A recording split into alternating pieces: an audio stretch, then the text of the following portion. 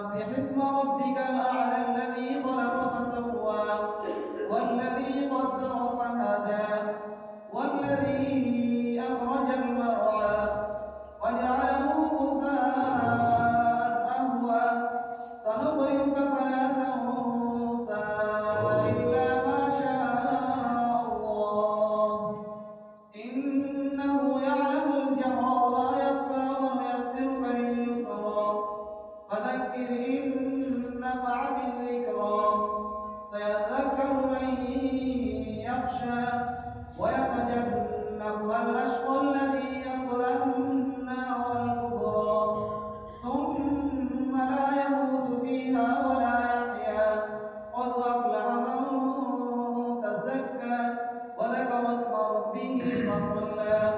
بل تؤثرون الحياة الدنيا والآخرة خير وأبقى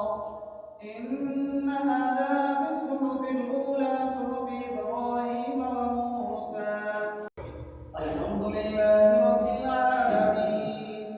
الرحمن الرحيم مالك يوم الدين إياك نعبد وإياك نستعين اهدنا الصراط المستقيم صراط الذين أنعمت عليهم غير المغضوب عليهم ولا الضالين والضحى والليل إذا سجى ما ودعك ربك وما قلى وللآخرة خير لك من الأولى ولسوف يعطيك ربك فترضى ألم يجدك يتيما فآوى ووجدك ضالا فهدى ووجدك عائلا فأغنى فأما اليتيم فلا تقهر وأما السائل فلا تنهر